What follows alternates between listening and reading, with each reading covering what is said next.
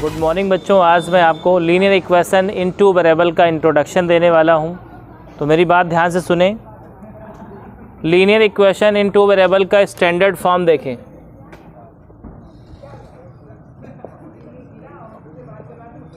Linear equation in two variables, ध्यान दें जरा बेटा। इसका स्टैंडर्ड इक्वेशन होता है ax plus b y plus c equal to 0। ये होता है linear equation in two variable का स्टैंडर्ड इक्वेशन, ठीक है ना। जहाँ x के कोफिशिएंट को a बोला जाता है, y के कोफिशिएंट को b बोला जाता है और विदाउट एक्स वाई वाले टर्म्स को c बोला जाता है, जो कि न्यूमेरिकल वैल्यू होती है या वेरिएबल इसके साथ नहीं होता, ठीक है ना। एक इसको बोलते हैं कोफिशिएंट ऑफ x, b किसको बोलते हैं कोफिशिएंट ऑफ y, c किसको बोलते हैं अचर पद। अचर पद मतलब एक ऐसा टर्म जिसमें x या y ना गिवन हो। बच्चों ध्यान रखें, क्योंकि ये क्या है linear equation in two variables, मतलब इसमें दो वेरिएबल दिए गए हैं, एक x गिवन है, एक y गिवन है, ठीक है। तो हमने आपसे बताया था या ना बताया तो आप समझ लें, किसी भी इक्वेशन में अगर आपको कभी भी किसी वेरिएबल की वैल्यू निकालनी हो, क्या करना हो, तो ये ध्यान में रखते हैं कि वेरिएबल जितने होंगे उतनी ही इक्वेशंस पता होनी चाहिए। समझ में आया? क्या पता होना चाहिए? जितने वेरिएबल होंगे उतनी ही इक्वेशंस पता होनी चाहिए। बताओ इसमें कितने वेरिएबल हैं, तो कितने इक्वेशन होना चाहिए? दो। तो दो इक्वेशन अगर होंगे तो हम x और y की वैल्यू सॉल्व करके निकाल सकते हैं। क्या कर सकते हैं? दोनों इक्वेशंस को सॉल्व करके x और y की वैल्यू निकाल सकते हैं। अब क्वेश्चन आया कि सर लीनियर इक्वेशन, ये जो इक्वेशन है किसकी इक्वेशन है? तो ये बेटा एक लाइन की इक्वेशन है। किसकी है? चूंकि यहाँ पे दो वेरिएबल है इसलिए कितनी लाइन चाहिए हमको? दो लाइन चाहिए। अब बताओ अगर टू लाइंस की बेटा मैं बात करूं, मैं टू लाइंस की बात कर रहा हूं, मैं आपसे कहूँ कि दो लाइनें खींचो, तो आप क्या करते हैं? एक लाइन आपने ये खींच दी, एक लाइन आपने ये खींच दी। लाइन में आप जानते हो एरो लगाते हैं, ऐसे लगाते हैं ना। ये दोनों लाइनें कैसी थी?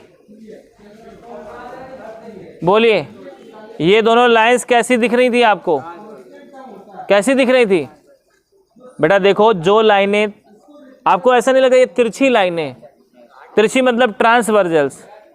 देखो अगर ये सीधी लाइनें होती, ऐसे ऐसे होती बिल्कुल इस तरह से, तो ऐसी लाइंस को हम लोग पैरेलल लाइंस नाम देते हैं। देते हैं कि नहीं देते? तो ये लाइन कैसी लाइन हो गई? ट्रांसवर्जल लाइंस, ठीक है ना। इनको हिंदी में तिरछी रेखाएं कहते हैं। अच्छा बताओ, ट्रांसवर्जल लाइंस की विशेषता क्या होती? इनको आगे अगर बढ़ाते हैं, अगर नहीं काट रही होती तो आगे बढ़ाने पे कहीं ना कहीं काटती, और काटेंगी तो ये जो कटान बिंदु आया है इसको बोलते हैं इंटरसेक्शन पॉइंट। क्या बोलते हैं? इसको इंग्लिश में कहते हैं इंटरसेक्शन पॉइंट और हिंदी में कहते हैं कटान बिंदु या प्रतिच्छेद बिंदु। कौन सा बिंदु? ठीक है। अब आया क्वेश्चन कि सर ये क्या आप सिखा रहे हैं? अभी तो आप standard form ax plus b y plus c equal to 0 बता रहे थे, तो ये कौन सी बला, ये क्या है? क्या समझाना चाहते हो इसमें, है ना। तो मैं ये आपको समझाना चाहता हूं कि बेटा अगर लाइन एक है तो इसका स्टैंडर्ड इक्वेशन ये होता है। अगर लाइनें दो हो जाएं तो इसी को दो बार लिख देते हैं, ax plus b y plus c equal to 0। इसको भी लिख देंगे, पहले वाले को भी, दूसरे वाले को भी लिख देंगे। तो दोनों में फ़र्क क्या रहेगा?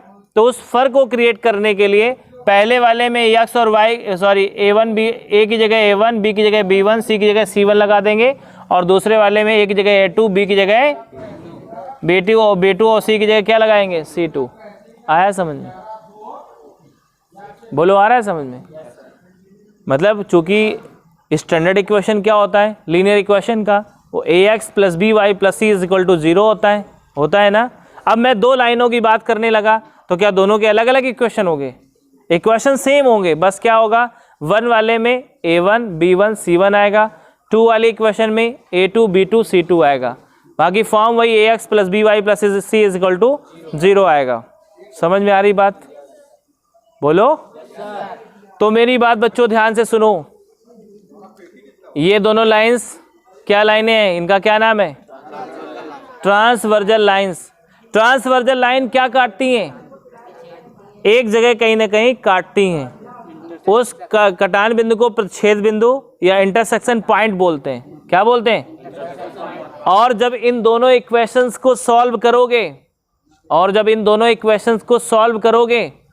तो x और y की जो वैल्यू आएगी वही आपका प्रतिच्छेद बिंदु आ जाएगा। x की वैल्यू को पहले रखेंगे, y की वैल्यू को कॉमा लगा के बाद में रखेंगे और ब्रैकेट में लिख देंगे, क्योंकि प्रतिच्छेद बिंदु की बात हो रही ना, इंटरसेक्शन पॉइंट की बात हो रही। और पॉइंट को लिखने के लिए दो चीज़ों की जरूरत पड़ती है, एब्सिसा और ऑर्डिनेट। कोऑर्डिनेट ज्योमेट्री में आपने पढ़ा है, पहले x वाला वैल्यू रखते हैं, फिर कॉमा लगा के y वाली वैल्यू रखते हैं, और वो भी किस में? छोटे से ब्रैकेट में, छोटे वाले ब्रैकेट में रखते ही नहीं रखते। तो आज अभी मैं आपको पहले तो इंट्रोडक्शन दे रहा हूँ इसका, चूँकि तो समझ में आई ट्रांसवर्जल लाइन कितनी जगह काटती हैं? एक जगह, ठीक है। अब बारी आ गई पैरेलल लाइंस। मान लो ये दोनों लाइन पैरेलल होती, अब बताओ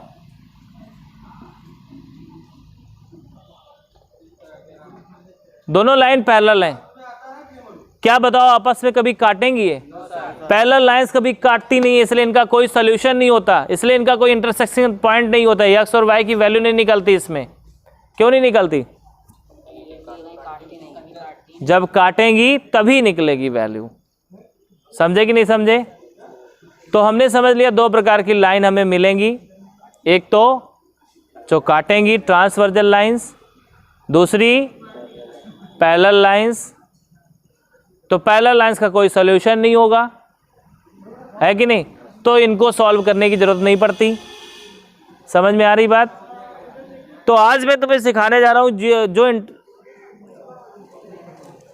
ट्रांसवर्जल लाइन थी उनको कैसे सॉल्व किया जाता है। क्या दिखाने जा रहा हूं? ट्रांसवर्जल लाइंस को कैसे सॉल्व किया जाता है। तो देखें जरा, इससे रिलेटेड मैं कुछ क्वेश्चंस ले लेता हूं आपकी बुक से।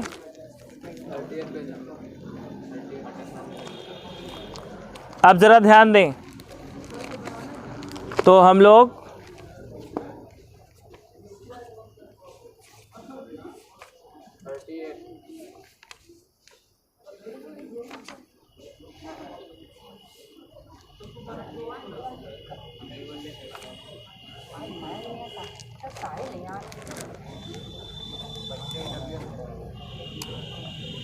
x plus y equal to 14 पहला इक्वेशन है, दूसरा इक्वेशन है x minus y equal to 4। बहुत ध्यान से समझें, इनके मुख्यतः तीन मेथड होते हैं। पहला होता है एलिमिनेशन मेथड। क्या नाम होता है? एलिमिनेशन। एलिमिनेशन मेथड होता है बेटा। एक तो देखते हैं बेटा, आज आपको पढ़ाने जा रहे हैं एलिमिनेशन मेथड। एलिमिनेशन मेथड क्या है, जरा ध्यान से सुने। एलिमिनेशन में क्या है, x और y में से किसी एक को बराबर करते हैं। दोनों इक्वेशन में x और y को में से किसी एक को बराबर करते हैं। अगर बराबर पहले से तो कोई दिक्कत नहीं, अगर नहीं है बराबर तो मल्टीप्लिकेशन करके इसको बराबर करेंगे। क्या करेंगे? किसी नंबर का मल्टीप्लिकेशन करके इसको किसी एक को बराबर करेंगे, चाहे x को करें चाहे y को करें। ज़रा ध्यान दो, आपको मैंने ये इक्वेशन लिख के दे दी, मैंने कहा इसको आप सॉल्व करो, तो आप देख रहे हो x भी बराबर है, इसमें y भी बराबर है कि नहीं? तो आप बड़ी आसानी से इसको सॉल्व कर सकते हैं। x plus y equal to क्या था? 14 और x minus y equal to 4। विलोपन विधि में ये ध्यान रखते हैं जो बराबर है उसमें कोई कटने वाला होना चाहिए। देखो y बराबर है ना इसमें, अगर देखा जाए तो अगर इसको हम ऐड करने पे हल करें तो यहाँ वाई वाई कट जाएगा, एक प्लस एक माइनस है, तो एक का विलोपन हो जाएगा, एक का मतलब एलिमिनेशन हो जाएगा, एक गायब हो जाएगा। तो यहाँ पे क्या लिख देंगे, बाई एडिंग, ऐड किया सीधा काम खत्म। क्या आ गया 2x इक्वल टू 18, तो x की वैल्यू कितनी हो गई 9। जिसके ना समझ में पूछे, ऐड करने पर लिखेंगे तो क्या हो जाएगा, दोनों एक के साइन सेम है ना, एक x ये एक x ये, कितने x 2x, और यहाँ पे y प्लस का यहाँ पे y माइनस का कट गया, एक को ख़त्म करना होता है, ख़त्म हुआ कि नहीं, x बचा, x की वैल्यू कितनी आ गई 14 में 4 ऐड करो 18, तो यहाँ से x की वैल्यू निकलेगी कितना 9। इस तरह से निकाल लेते हैं, नहीं आया समझ में। अब ये x की वैल्यू को उठा के, x की वैल्यू को उठा के किसी भी इक्वेशन में रख दो, क्या करें, by putting the value of x in equation कितने, फर्स्ट ना, चलो भाई फर्स्ट इक्वेशन में रखते हैं। तो ये x प्लस वाई बराबर कितना था 14, x की वैल्यू कितनी आई, तो 9 प्लस वाई इक्वल टू कितना आ गया 14, तो y की वैल्यू कितनी आ जाएगी 14 माइनस 9, तो x की वैल्यू कितनी आ गई, सॉरी y की वैल्यू कितनी आ गई 5। इस तरह से x और y हम आसानी से एलिमिनेशन मेथड के दौरान निकाल लिया, ठीक है। अब एक ऐसा क्वेश्चन कराते हैं जिसमें x और y बराबर नहीं थे, इक्वल नहीं थे, तो कैसे करेंगे वो देखते हैं।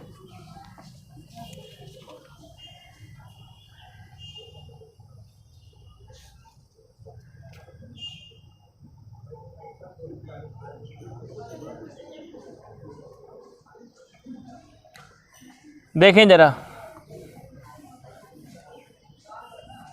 एक एग्जांपल हमने लिया, लिखा था x plus y equal to 5, और दूसरा इसी में इक्वेशन था ये 2x minus 3y equal to 4।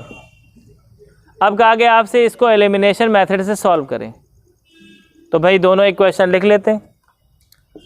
x plus, जब इसका सॉल्यूशन शुरू किया तो लिखा है x plus y equal to कितना, फर्स्ट इक्वेशन माना इसको, फिर क्या आया 2x minus 3y equal to कितना 4, ये दूसरा इक्वेशन माना। अब देखो इसमें साफ साफ नजर आ रहा है, ना तो इसमें x बराबर है ना तो y, किसी एक को बराबर करना है।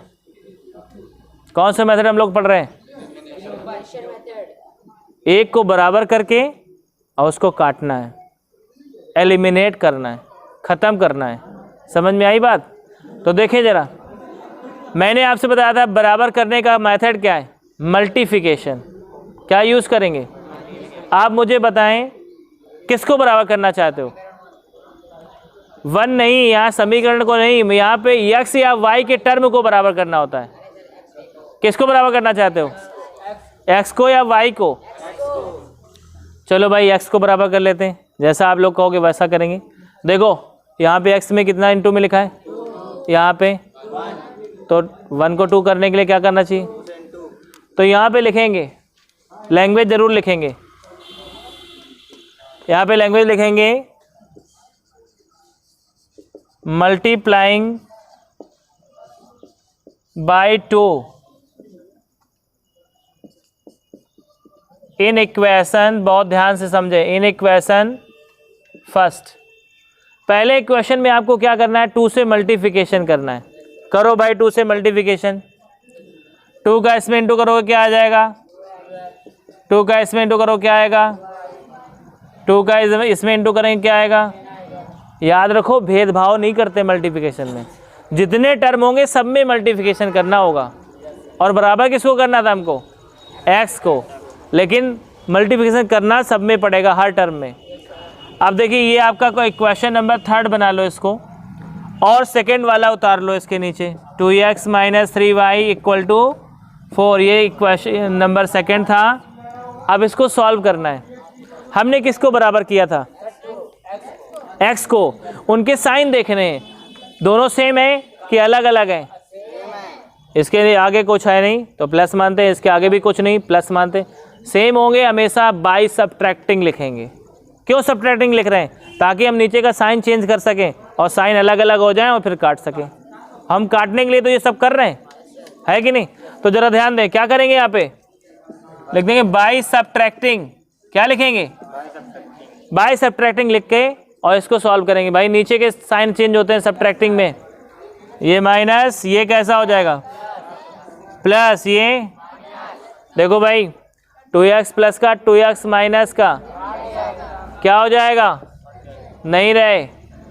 2x प्लस का 2x माइनस का नहीं रहेंगे। ठीक है, आगे बढ़ते हैं। 2y का है ये 3y, तो भाई ये भी प्लस जुड़ जाएंगे ना, तो 5y हो जाएगा इक्वल टू 10 में 4 चला गया 6 आया। अब बताएं y की वैल्यू कितनी आ गई? 6/5। समझ में आया? अब y की वैल्यू को उठा के पहले इक्वेशन में रख दो। क्या लिखोगे? By putting the value of y in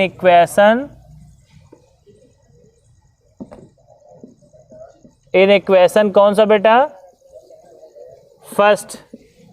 equation first में रखते हैं। रखो भाई, x आपका ऐसे ही रहा, प्लस y की जगह क्या रखोगे? 6/5 इक्वल टू 5। तो x की वैल्यू निकालेंगे तो 5 में 6/5 माइनस हो जाएगा, जाके एलसीएम ले लें, x की वैल्यू आ जाएगी 5 5 जा 25 माइनस 6/5, तो x की वैल्यू कितनी हो जाएगी? 19/5। हाँ बताएं, किसी कोई समस्या?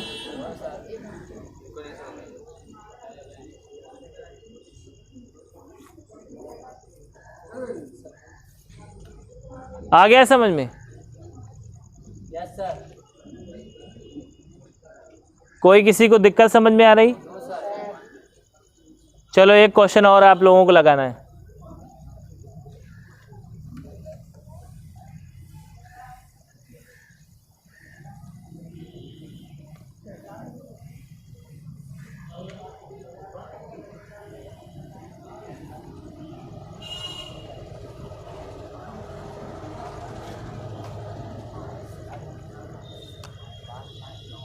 देखिए लिखा हुआ है 3x प्लस का 4y इक्वल टू 10। ये पहला इक्वेशन था, ध्यान दें जरा सब लोग। और दूसरा इक्वेशन क्या था? 2x minus 2y equal to 2। ये आपका सेकेंड इक्वेशन था। अब दोनों को एलिमिनेशन मेथड से सॉल्व करना है। अब जैसे आप लोगों ने कहा था x को सर बराबर करके हम उसको सॉल्व करेंगे। अब मान लो किसी का मन हुआ हम y को बराबर करना चाहते हैं, तो चलो y को बराबर करके सॉल्व करते हैं, ठीक है ना? तो देखते हैं y को बराबर करते हैं। बताओ भाई, यहाँ पे कितना है? यहाँ पे कितना है? बहुत ध्यान से समझना। बताओ किस में कितने से इंटू करें तो बराबर हो जाएंगे? साफ साफ समझ में आ रहा है? ये 2 में 2 से इंटू कर दें, हो जाएगा बराबर। तो यहाँ पे भाषा लिखनी पड़ती है, लैंग्वेज। क्या लिखेंगे? मल्टीप्लाइंग बाय 2 इन इक्वेशन, क्या नाम है इक्वेशन का? Equation second. चलो करो इंटू भाई। 2 2 जा 4x माइनस 2 2 जा 4y इक्वल टू 2 2 जा 4। इक्वेशन नंबर आप इसको थर्ड बना दें, ठीक है? अब चूंकि हमने सेकेंड वाली को इंटू करके थर्ड बनाया है, तो फर्स्ट वाली नीचे उतारेंगे।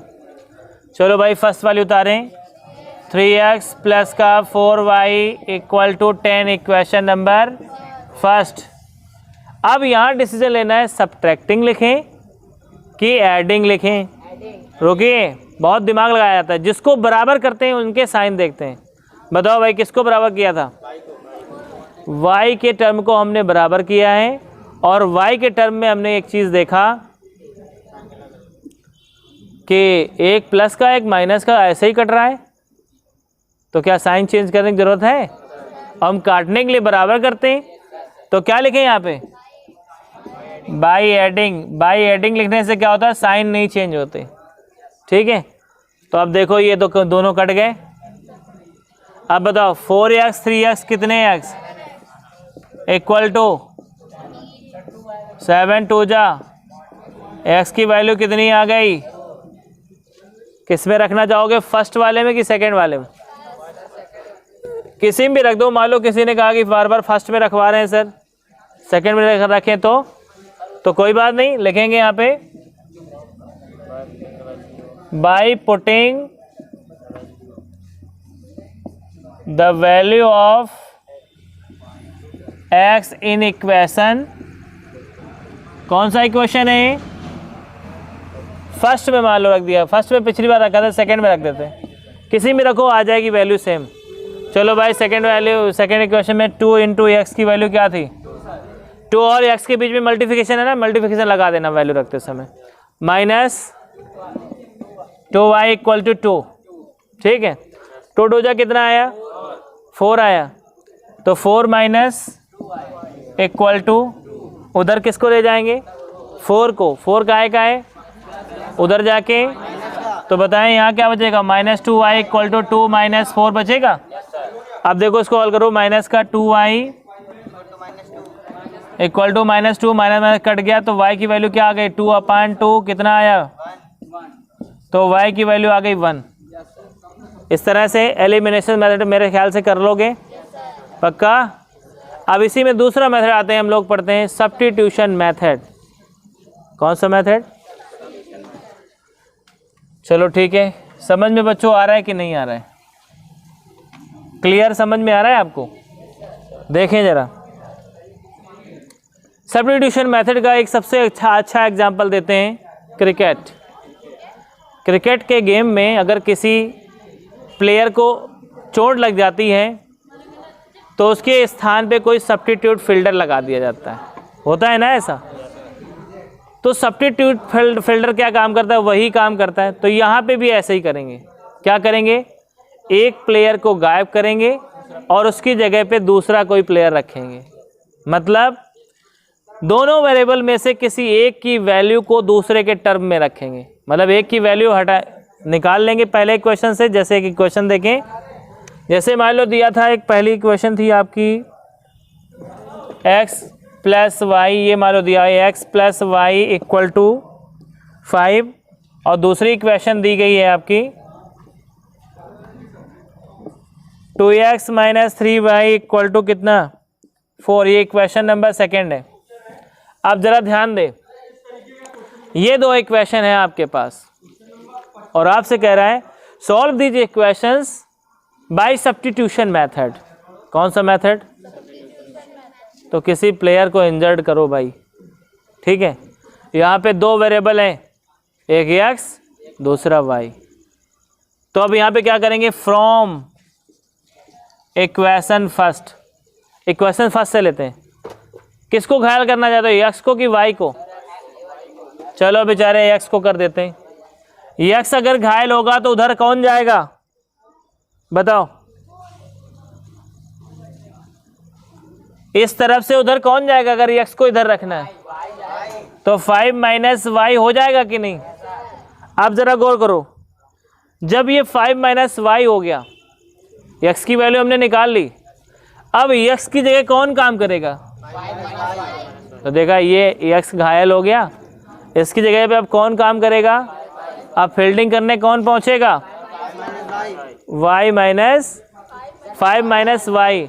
तो अब क्या करें? दूसरे इक्वेशन में ये वैल्यू रखेंगे। तो क्या लिखोगे? By putting the value of x in equation. बहुत ध्यान समझना, कौन से इक्वेशन में? सेकंड में।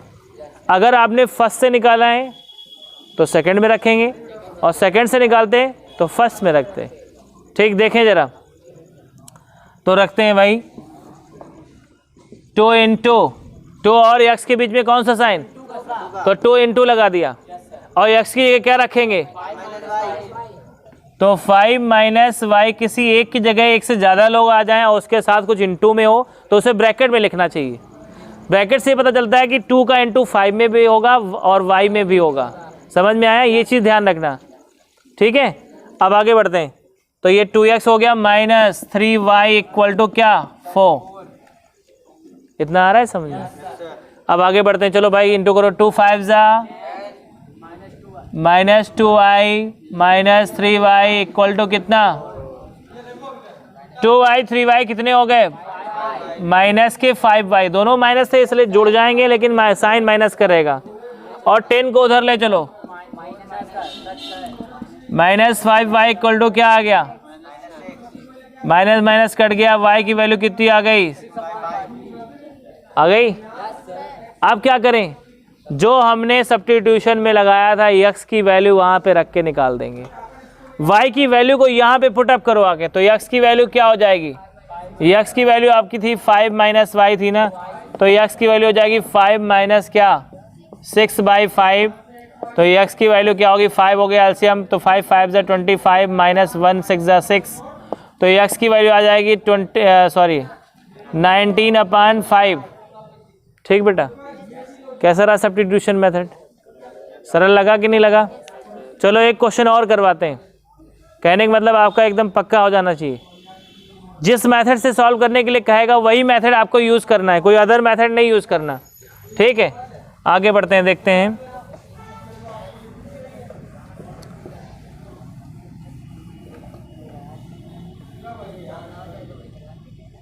देखें जरा,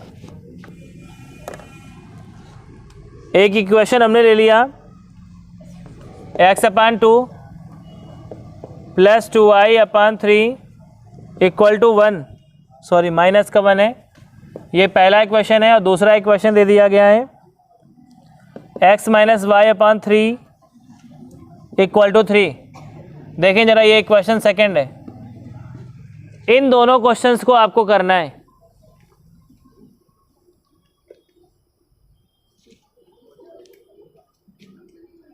अब तो ये क्वेश्चन देखिए, थोड़ा सा मैंने जटिल क्वेश्चन लिया ताकि आप सोचेंगे मतलब आसान आसान कर देते हैं सर, कठिन वाले नहीं करते, तो अब कठिन वाला करके तुम्हें दिखाते हैं। कौन सा मेथड था बच्चों, सब्स्टिट्यूशन मेथड। एक चीज़ ध्यान रखना, कभी भी इस तरह क्वेश्चन आए तो x की वैल्यू निकालना है भाई। x/2 इधर रखा, उधर ले चलते, माइनस का 1 पहले था, माइनस का 2y/ कितना आ जाएगा। पहली बात तो आप ये कर लें कि पूरा फ्रैक्शन को सही कर लें, एलसीएम लेके सॉल्व कर लें ताकि एक ही फ्रैक्शन बन पाए। तो इधर तो भाई x/2 था, इससे कोई मतलब ही नहीं, और यहाँ पे आप एलसीएम ले लें, कितना एलसीएम हो जाएगा। तो देखो -3 और माइनस का 2y ये आ जाएगा। अब यहाँ पे क्या करें, 2 का देखो यहाँ पे डिवाइड है, उधर जाके क्या हो जाएगा, 2 का यहाँ पे डिवाइड है ना, उधर जाके क्या हो जाएगा। हम यहाँ पे क्रॉस मल्टीप्लिकेशन भी कर सकते थे, लेकिन क्रॉस मल्टीप्लिकेशन से हमें कोई फ़ायदा नहीं, हमें x की वैल्यू निकालना है, तो 2 को भगाना है, 2 का डिवाइड है ना यहाँ पे, उधर जाके क्या हो जाएगा। चलो भाई, तो x की वैल्यू आ गई। अब देखो कैसे निकलेंगे, 2 का इधर मल्टीप्लिकेशन करो, 2 3 जा 2 2 जा अपान में 3, नीचे थोड़ी अपान में इंटू होगा जाके, ये ऊपर इंटू होगा जाके, ये नीचे है तो ऊपर जाके इंटू हो जाएगा, नीचे वाले में नहीं होगा। समझ में आ रही बात। अगर यहाँ पे कोई होता ऊपर x के साथ तो वो नीचे वाले में इंटू होता जाके, ठीक है। इतना आया समझ में। अब ये वैल्यू कहाँ रखेंगे, लिखेंगे by putting the value of x in equation. कौन सी इक्वेशन में रखोगे भाई, सेकेंड रखो भाई। तो यहाँ से मैं रख रहा हूँ, ठीक है, इतनी जगह में रखना है। x की वैल्यू क्या थी, -6 -4y अपान में 3 -y/3 इक्वल टू 3। क्यों भाई। अब इन दोनों में एलसीएम ले लो, क्या है एलसीएम, इन दोनों में 3 एलसीएम हो गया, तो -6 और माइनस देखो ये y -4y, ये तो माइनस के कितने y, क्योंकि एलसीएम सेम था इसलिए इंटू करने की जरूरत नहीं पड़ी, तो सीधा इसको हमने -y 4y ये माइनस के और माइनस का ये वाई माइनस के 5y अपान में 3 इक्वल टू कितना आया। अब इसके नीचे 1 मान के क्रॉस मल्टीप्लिकेशन करो भाई।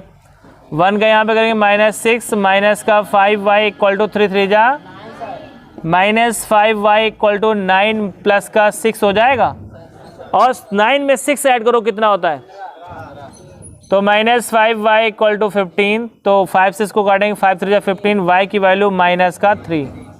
मेरे ख्याल से आ गया होगा आपको। आया समझ में बच्चों? बोलो। अब ये y की वैल्यू जहाँ x की वैल्यू निकाली थी उसमें रख के x की वैल्यू निकालेंगे। देखो भाई x की वैल्यू हमने क्या निकाल दी, x इक्वल टू था -6 -4y अपान में 3। अब यहाँ पे हम x की y की वैल्यू रखेंगे तो माइनस देखो 6 हो गया -4 इंटू में माइनस का 3 आया समझ में अपान में 3। तो x की वैल्यू देखो क्या होगी -6, ये माइनस माइनस क्या हो गया और 4 3 जा 12 अपान में 3। x की वैल्यू देखो 12 में 6 माइनस हो जाएगा क्योंकि 6 माइनस का है 12 प्लस का है, तो प्लस का 6 अपान 3 3 2 जा 6। x की वैल्यू कितनी हो गई। तो बेटा समझ में आया। इस तरह से कौन सा मेथड लगा रहे थे हम लोग, सब्स्टिट्यूशन मेथड का यूज़ करके भी बड़ी आसानी से क्वेश्चन कर सकते हैं, ठीक है ना। अब अगला मेथड है जिसे बोलते हैं क्रॉस मल्टीप्लिकेशन मेथड। क्या बोलते हैं, तो अब हम लोग वो भी पढ़ने वाले हैं। क्रॉस मल्टीप्लिकेशन मेथड देखो कैसे करते हैं। एक थोड़ा सा आपको तरीका बताने जा रहा हूँ मैं, बहुत इम्पॉर्टेंट तरीका है।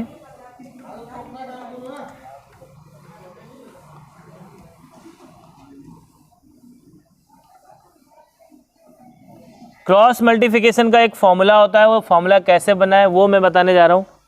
आप लोग ध्यान देंगे तो आपको याद हो जाएगा और बड़ी आसानी से आप सवाल करने लगेंगे। देखें ज़रा, आपने देखा अभी आपको 2 इक्वेशन मिलती थी, क्यों भाई, एक इक्वेशन ये थी और एक इक्वेशन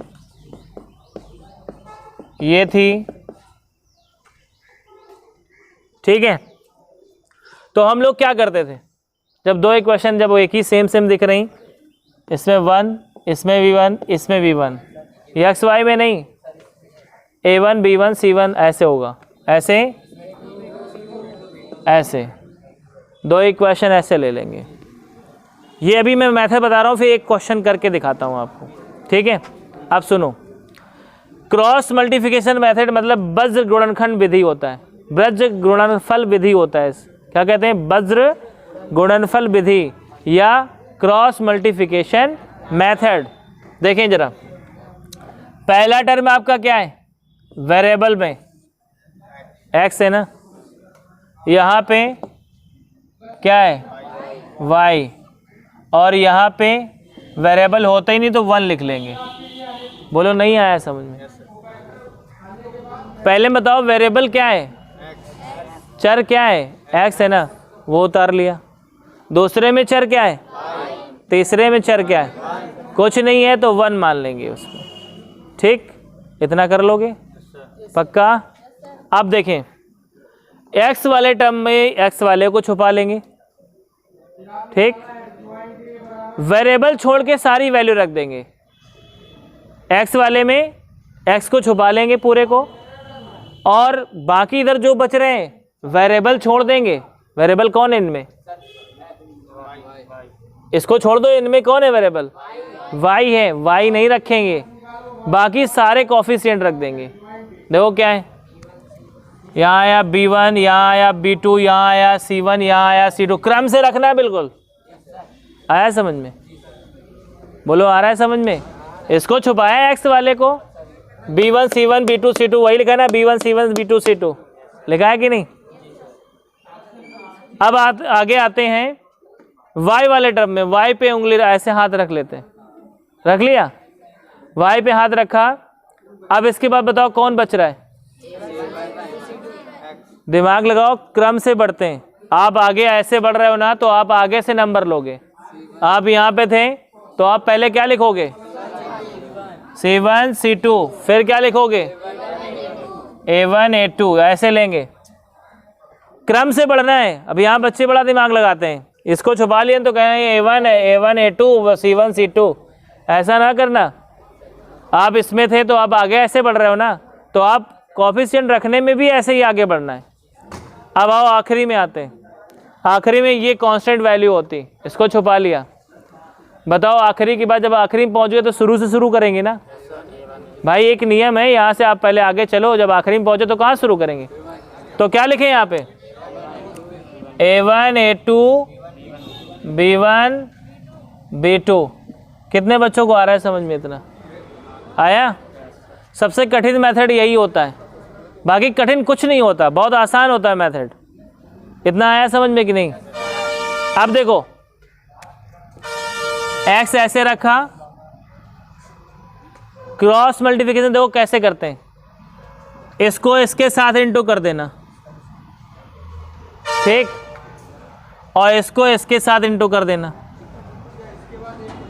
आ रहा है समझ में, इसको इसके साथ इंटू कर देना, इसको इसके साथ इंटू कर देना, इसको इसके साथ इंटू कर देना, इसको इसके साथ इंटू कर देना, ठीक। जो एरो ऊपर को जा रही है वो प्लस का लिखना, जो एरो नीचे को आ रही है वो माइनस का लिखना। आया समझ में। चलो भाई करो, क्या आएगा, B1 C2 इंटू में है। अब भाई कोई नंबर हो तो इंटू कर देते, तो इनको क्या लिखेंगे, B1 C2 लिख देंगे, इनके बीच में इंटू होता है, माइनस क्या आ जाएगा, C1 B2।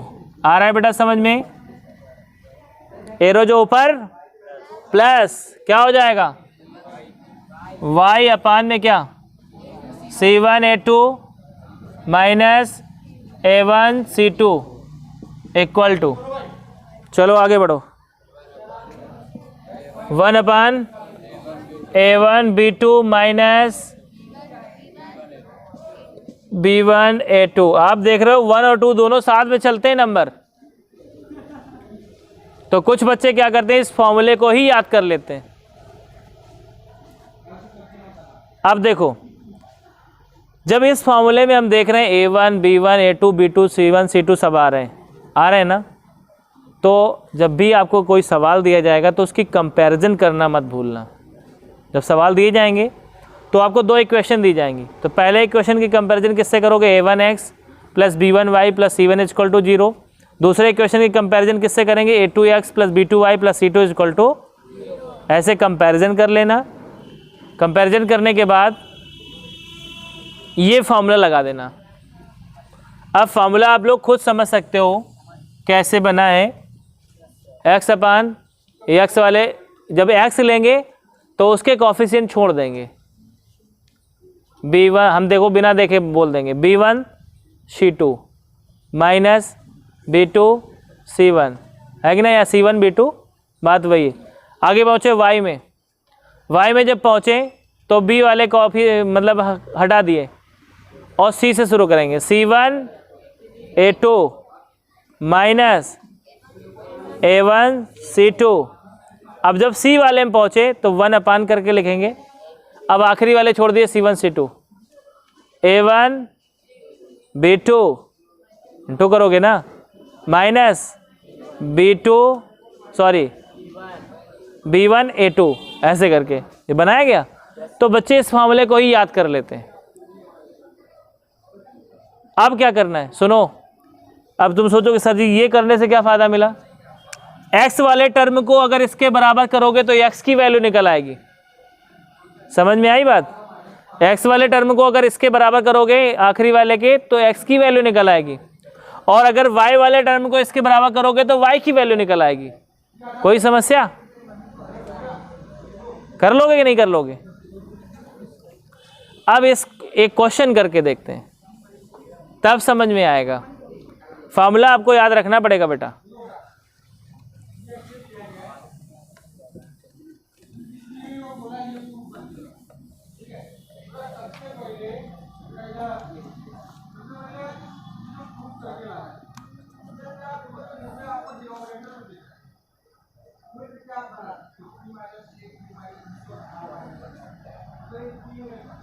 जैसे लिखा है 5x प्लस का 3y इक्वल टू 35, और एक इक्वेशन लिखा है ये फर्स्ट है, दूसरा क्या दिया हुआ है 2x plus 4y equal to 28। बेटा ध्यान दें, अभी आप थोड़ी देर पहले जब आपने क्वेश्चन लिखा था तो आपने बताया था a1x plus b1y plus c1 equal to 0। मतलब इसमें एक चीज़ ध्यान रखते हैं, एक पक्ष में सारे टर्म होने चाहिए, एक तरफ 0 होना चाहिए। पहला नियम तो ये। तो आप बताओ इसको सही करोगे क्या हो जाएगा? आया समझ में? ये क्वेश्चन आपका फर्स्ट बन गया। पहला काम तो इसमें ये करना है 2x plus 4y minus 28 equal to, ये इक्वेशन क्या बन गया? सेकेंड इक्वेशन बन गया। बहुत ध्यान से समझे।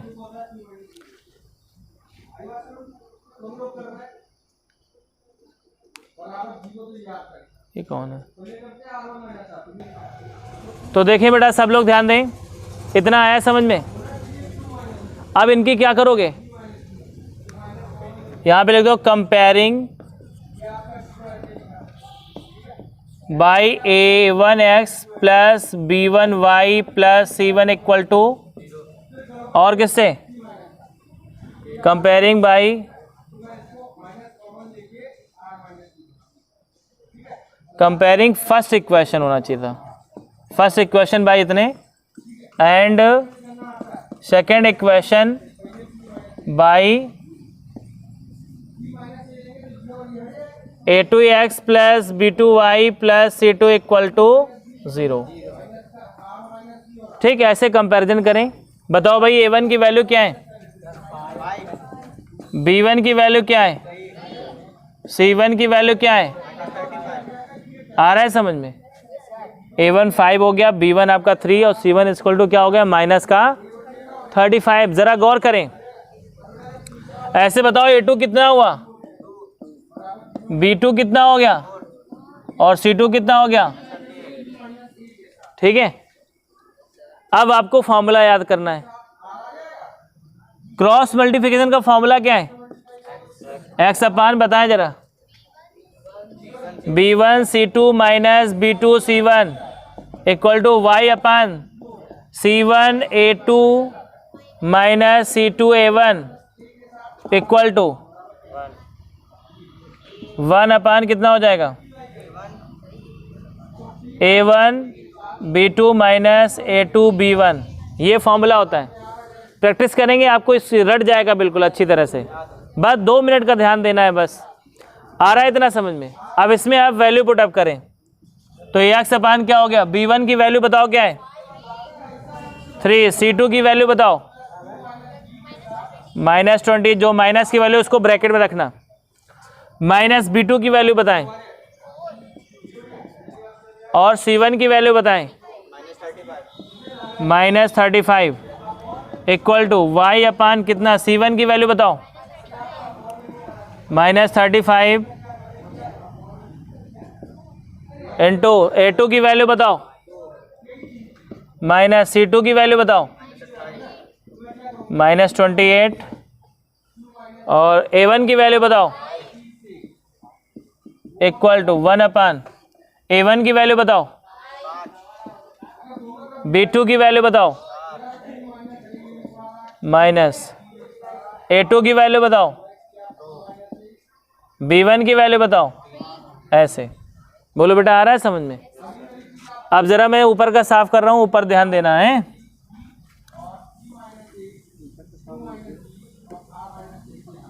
देखें जरा,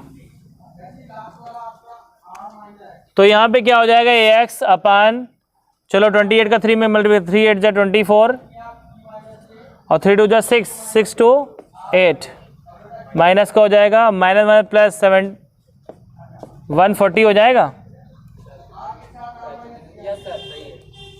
प्लस का 140 हो जाएगा यहाँ पे। अब देखें जरा, y अपान कितना हो जाएगा? माइनस 70 और प्लस का आ जाएगा 5 8 जा 40, 140 आ जाएगा, है ना? Equal to 1 upon 20 minus 6। अब देखें जरा, x अपान कितना हो जाएगा? 6 और 13 में 8 गया, 56 आएगा प्लस का, है ना। y अपान कितना हो जाएगा 70, अपान में कितना आया 14, 1/14, है ना। अब मैंने आपसे क्या कहा, जब इसको सॉल्व कर लेना तो एक बार इसके बराबर इसको कर देना, यही बोला था ना। देखो कैसे, तो x की वैल्यू, लैंग्वेज कुछ नहीं करना, x अपान 56 इक्वल टू 1/14 एक बार लिख लें, और y अपान 70 इक्वल टू 1/14 लिख दें। तीनों बराबर है तो कर सकते हैं ना ऐसे। चलो भाई, x की वैल्यू 14 बन जा 14, 14 4 जा 56, x की वैल्यू 4, 14 5 जा, तो y की वैल्यू कितनी आ गई 5, ऐसे। तो समझ में नहीं आया, आया समझ में। तो इस वीडियो लेक्चर में बच्चों इतना ही, और बाकी जो सेंटेंस मतलब इस तरह के क्वेश्चन होंगे, जो भी और टाइप के क्वेश्चन आने वाले हैं, तो वो मैं आपको नेक्स्ट वीडियो में बताऊंगा। तब तक के लिए bye bye, have a nice time.